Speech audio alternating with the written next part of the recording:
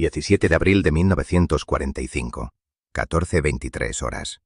Campo de prisioneros de guerra Stalag Kuto B, Mühlberg, Alemania.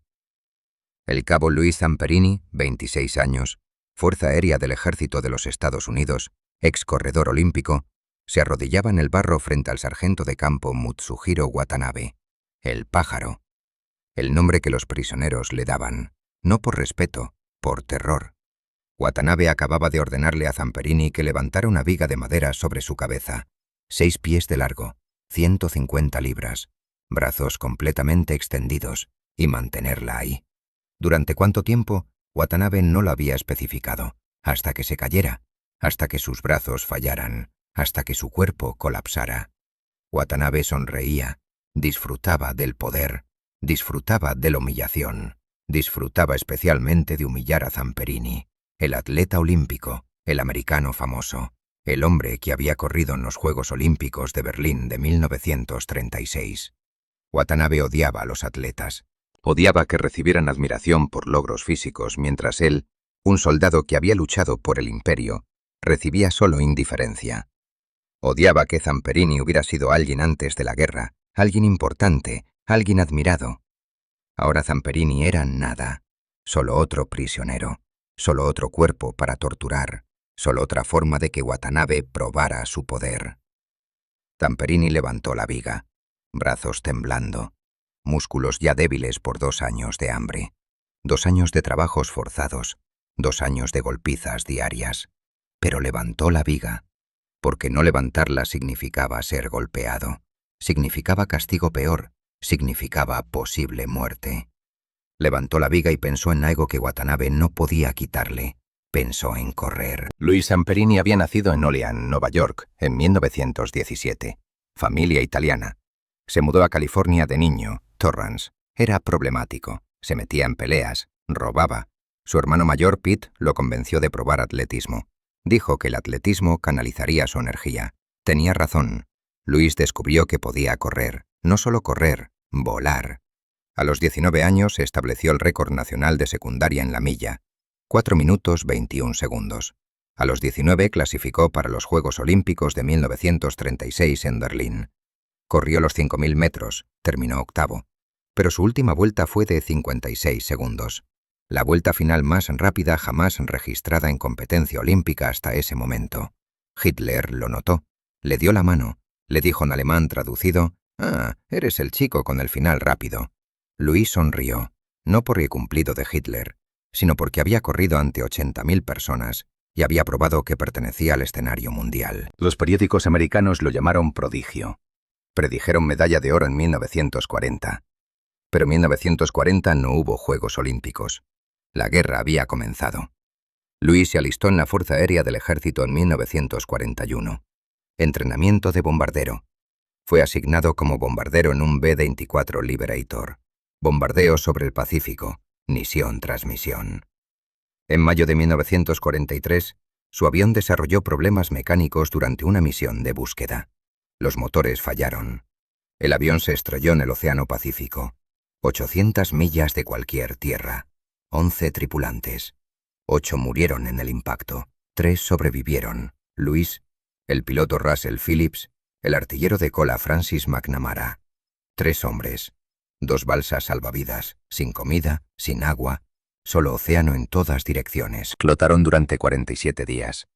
1000 millas a la deriva. Sobrevivieron bebiendo agua de lluvia capturada en sus camisas, comiendo peces crudos que atrapaban con las manos, comiendo aves marinas que aterrizaban en las balsas. McNamara murió en el día 33, inanición, deshidratación, pérdida de voluntad de vivir. Luis y Phillips continuaron. En el día 47 avistaron tierra, Islas Marshall, territorio controlado por japoneses. Fueron capturados inmediatamente, no por liberación, por encarcelamiento. Los japoneses no trataban bien a los prisioneros de guerra, especialmente a los aviadores.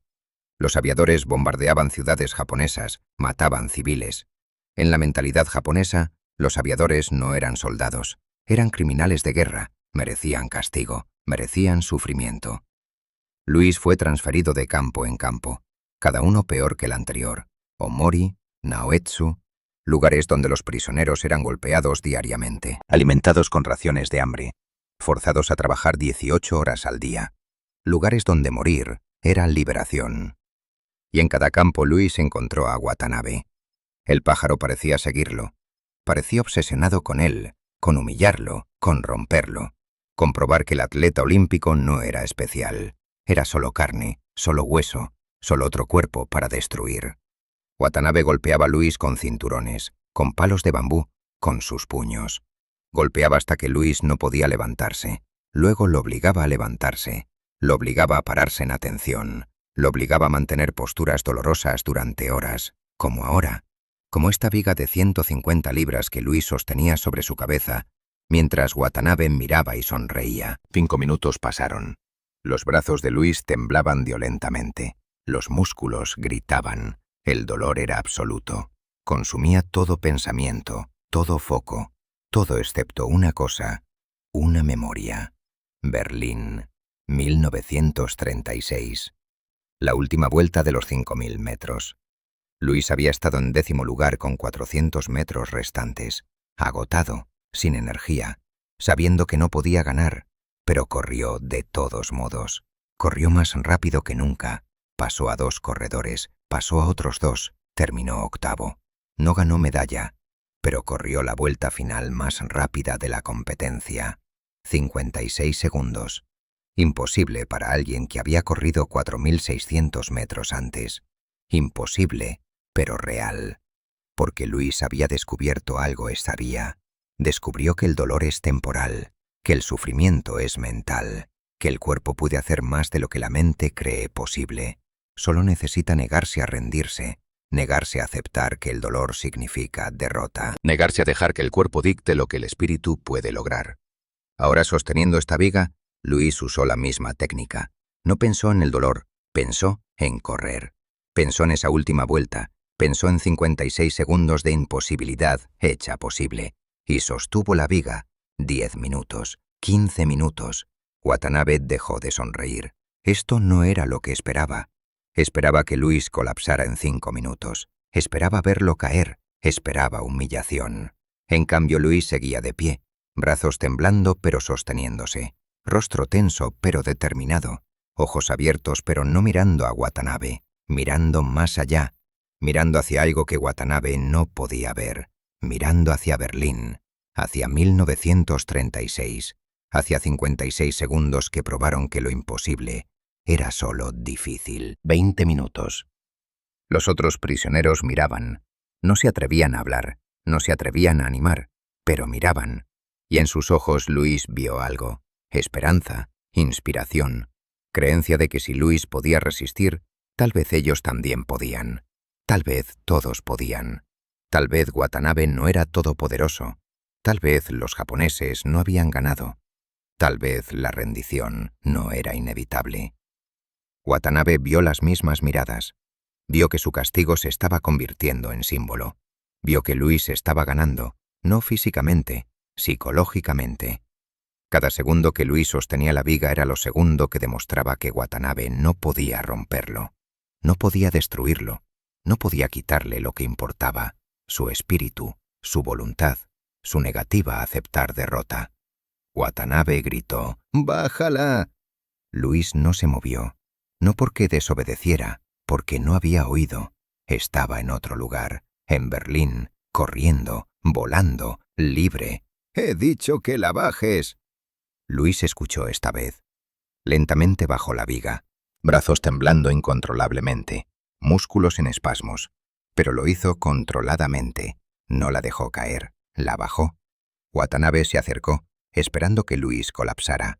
Luis no colapsó. Se quedó de pie, mirando a Watanabe directamente, sin desafío, sin sumisión, solo presencia, solo existencia, solo humanidad que no podía ser eliminada por golpes o vigas o hambre. Watanabe levantó su puño, golpeó a Luis, 1 vez, 2 veces, 3 veces. Luis cayó, pero se levantó. Watanabe golpeó de nuevo, Luis cayó, se levantó, otra vez y otra, cayendo y levantándose, hasta que Watanabe se cansó. hasta que Watanabe se dio cuenta de que no podía ganar, que golpear a Luis solo demostraba que Luis sería de pie para ser golpeado, que cada vez que Luis se levantaba era victoria, victoria pequeña, victoria personal, pero victoria. Watanabe se detuvo, respirando pesadamente, no de esfuerzo físico, de frustración, de rabia, de comprensión de que había perdido, que este prisionero, este atleta, este americano que debería haber sido destruido hace meses, seguía intacto. No su cuerpo estaba roto, malnutrido, golpeado casi sin reconocimiento, pero su espíritu estaba intacto, su voluntad intacta, su humanidad intacta, y eso enfurecía a Watanabe más que cualquier acto de desafío. Luis fue llevado de regreso a su barracón. Los otros prisioneros lo ayudaron, lo acostaron en su catre, le dieron agua, poca que tenían. Luis bebió. Miró a los hombres alrededor de él, vio algo en sus ojos, algo que no había estado allí antes, respeto, admiración, pero más importante, esperanza. Si Luis podía resistir, si Luis podía sostener esa viga durante 20 minutos cuando 5 minutos parecían imposibles, si Luis podía levantarse después de ser golpeado una y otra vez, entonces tal vez todos podían. Tal vez la supervivencia era posible. Tal vez la guerra terminaría. Tal vez volverían a casa.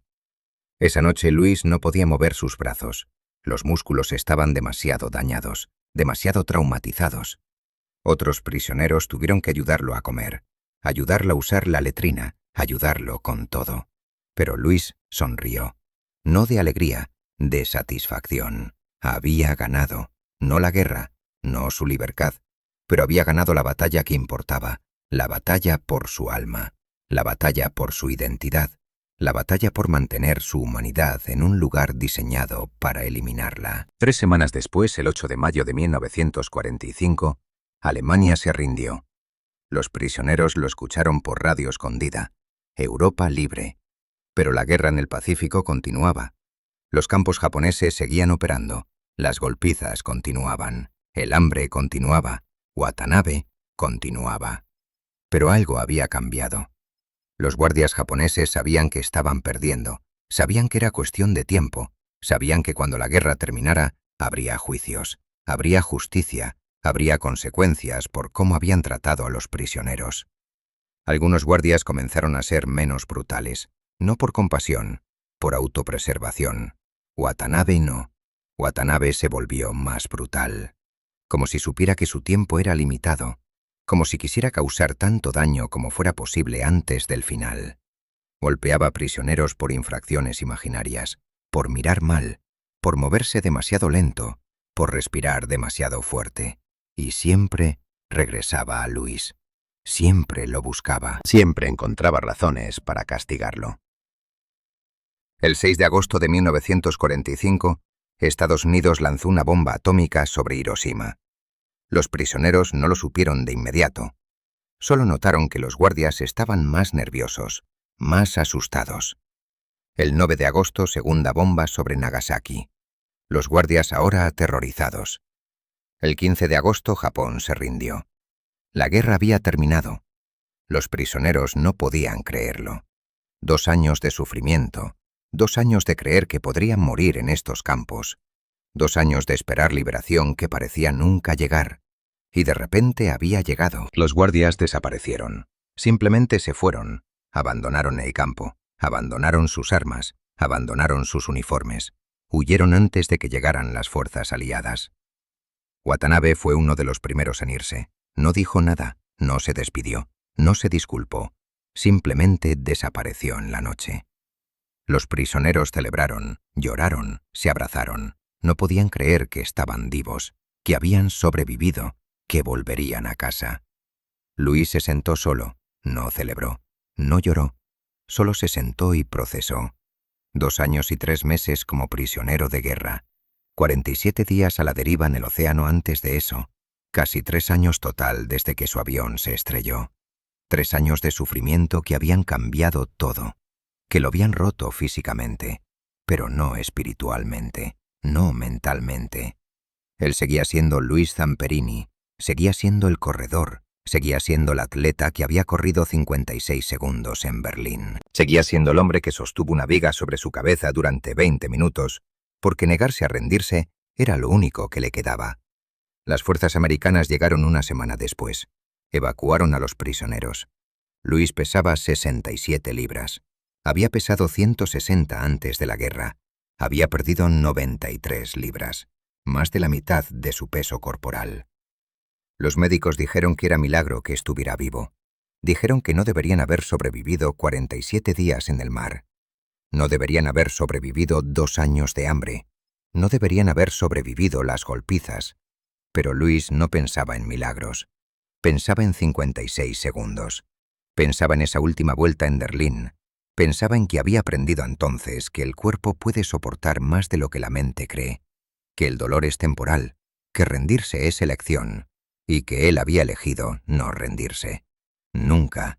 Louis regresó a Estados Unidos en octubre de 1945. Héroe. Fue recibido con desfiles, entrevistas, atención mediática. Todos querían conocer al atleta olímpico que había sobrevivido 47 días en el mar, que había sobrevivido campos de prisioneros japoneses, que había sido torturado por el pájaro y había sobrevivido. Louis sonreía para las cámaras, daba las entrevistas, contaba las historias, pero por dentro estaba roto. El trauma no se había ido.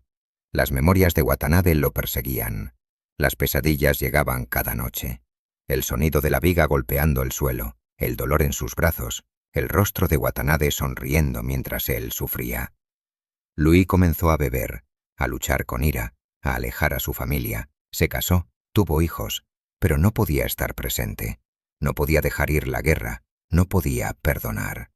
Durante años vivió con odio, con deseo de venganza, con fantasías de encontrar a Watanabe y matarlo. Luego, en 1949, asistió a una cruzada de Billy Graham en Los Ángeles. Escuchó el mensaje de perdón, de liberación a través de dejar ir, de que el odio solo daña al que odia. Louis experimentó conversión, no religiosa solamente, psicológica. Se dio cuenta de que Watanabe no podía dañarlo más a menos que Louis le permitiera. Se dio cuenta de que aferrarse al odio era permitir que Watanabe ganara, era darle poder incluso años después de la guerra. Louis eligió perdonar. No porque Watanabe lo mereciera, sino porque Louis merecía estar libre, libre del odio, libre del trauma, libre de vivir el resto de su vida sin estar definido por lo que Watanabe le había hecho. Louis intentó encontrar a Watanabe en 1950. No para venganza, para perdón. Quería decirle cara a cara que lo perdonaba, que ya no tenía poder sobre él, que Louis era libre. Viajó a Japón. Visitó el sitio donde había estado el campo de prisioneros, ahora demolido. Solo campo vacío. Tierra donde había sufrido. Tierra donde había sido torturado. Tierra donde había sostenido la viga durante 20 minutos. La tierra no recordaba, pero Louis sí. Louis habló con antiguos guardias. Algunos se disculparon, lloraron. Dijeron que solo se veían órdenes, pero que las órdenes no excusaban sus acciones. Louis los perdonó, uno por uno. Les dio la paz que necesitaban. Pero Watanabe no estaba entre ellos. Watanabe se escondía. Había huido después de la guerra.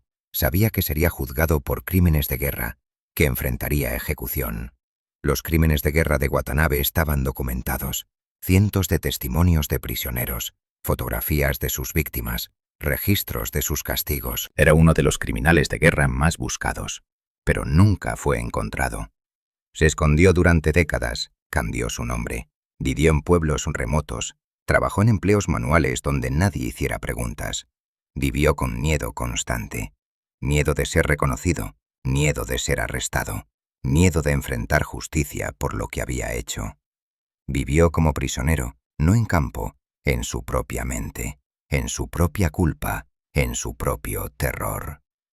Louis, mientras tanto, era libre, dio conferencias, escribió libros, habló en escuelas, en iglesias, en eventos corporativos, compartió su historia, no para glorificarse, para inspirar, para mostrar que el perdón es posible, que la sanación es posible, que puedes sufrir cosas horribles y aún así vivir vida completa, vida feliz, vida libre de odio. Estableció un campo para jóvenes problemáticos, Victory Boys Camp. usando su propia experiencia como niño problemático que encontró propósito en el atletismo. Ayudó a cientos de jóvenes a encontrar dirección, encontrar propósito, encontrar que sus errores pasados no definían su futuro, exactamente como Luis había aprendido que su trauma no lo definía. Entonces, después de 53 años escondiéndose, emergió. Dio una entrevista diciendo que no lamentaba nada, que solo seguía órdenes, que los prisioneros merecían su tratamiento. Luis, ahora de 81 años, vio la entrevista. No sintió ira, sintió lástima. Lástima por un hombre que había pasado 53 años escondiéndose, que había vivido con miedo y culpa, que nunca había experimentado la libertad que viene del perdón. Luis había sido prisionero por 2 años. Watanabe había sido prisionero de su propio odio durante 53. Luis había ganado, completamente, finalmente. Luis Zamperini murió el 2 de julio de 2014. 97 años. Vivió 54 años después de encontrar el perdón. 54 años de libertad. 54 años de hablar sobre su experiencia, de inspirar a otros, de demostrar que el perdón no es debilidad, es fuerza. Es el acto final de resistencia contra aquellos que intentaron destruirte. Es la demostración definitiva de que no ganaron, que no pudieron romper tu espíritu, que sobreviviste no solo físicamente, sino espiritualmente. La historia de Luis Zamperini no es solo sobre supervivencia, es sobre resistencia, sobre negarse a ser definido por trauma, sobre elegir quién eres en lugar de dejar que las circunstancias te definan. Luis fue atleta olímpico, fue bombardero, fue náufrago, fue prisionero de guerra, fue víctima de tortura. Pero por encima de todo, fue hombre que se negó a rendirse, que sostuvo una viga sobre su cabeza durante 20 minutos cuando 5 parecían imposibles, que se levantó cada vez que fue derribado, que eligió perdón sobre odio, que vivió 97 años demostrando que el espíritu humano es irrompible. Esa es la historia, esa es la lección. Esa es la razón por la que recordamos, no porque Luis fue héroe en el sentido tradicional, sino porque fue humano en el sentido más completo, humano en su sufrimiento, humano en su resistencia, humano en su capacidad de perdonar, humano en su negativa a dejar que el mal que le hicieron lo convirtiera en algo menos de lo que era. Un atleta olímpico, un corredor, un hombre que aprendió en Berlín que el cuerpo puede hacer más de lo que la mente cree, y que probó en Japón que el espíritu puede soportar más de lo que el cuerpo experimenta. Luis Zamperini, prisionero número 381. El hombre que sostuvo la viga, el hombre que se levantó, el hombre que perdonó, el hombre que ganó. No la guerra, sino algo más importante, su alma, su humanidad, su libertad. Y eso al final es la única victoria que importa, la única que dura, la única que no puede ser quitada, incluso por el pájaro, incluso por la guerra, incluso por la tortura. Luis ganó y Watanabe perdió. No porque Luis sobrevivió, sino porque Luis vivió, realmente vivió, libre, perdonador, entero, hasta el último día de sus 97 años. Esa es la historia. Esa es la victoria. Esa es la razón por la que 11 años después de su muerte, todavía contamos su historia. Todavía recordamos al atleta olímpico que se convirtió en prisionero de guerra, que fue torturado pero no roto, que eligió perdón sobre odio, que demostró que la verdadera fuerza no está en devolver el golpe, está en levantarse, una y otra vez, hasta que el que golpea se cansa, hasta que el que tortura se da cuenta de que no puede ganar, hasta que el mundo ve que el espíritu humano es, de hecho, irrompible. Luis lo probó. 20 minutos sosteniendo una viga, 54 años viviendo libre, 97 años demostrando que lo imposible es solo difícil, y que difícil nunca significa imposible, solo significa que tienes que seguir corriendo, seguir sosteniéndote, seguir levantándote, como Luis hizo, siempre, hasta el final.